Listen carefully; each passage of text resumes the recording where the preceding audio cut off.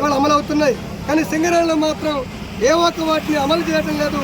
చట్టబద్ధ సౌకర్యాలను కూడా అమలు చేయకుండా ఇవాళ సింగరేణి యాజమాన్యం రాష్ట్ర ప్రభుత్వాలు కలిసి కాంట్రాక్ట్ కార్మికులను దోపిడీ చేస్తున్నాయి, నిర్లక్ష్యంగా వ్యవహరిస్తూ ఉన్నాయి. ఇప్పటికైనా రాష్ట్ర ప్రభుత్వం స్పందించాలి. బట్టి విక్రమార్క గారు హామీ ఇచ్చారు, ఇచ్చిన హామీలు నిలబెట్టుకోవాలని చెప్పేసి డిమాండ్ చేస్తూ ఈ నిరసన కార్యక్రమం నిర్వహిస్తూ ఉన్నాం. యాజమాన్యం రాష్ట్ర ప్రభుత్వం స్పందించకపోతే రాబోయే కాలంలో జేఏసీగా పోరాటాన్ని మరింత ఉధృతం చేస్తామని చెప్పేసి హెచ్చరిక చేస్తా ఉన్నాం.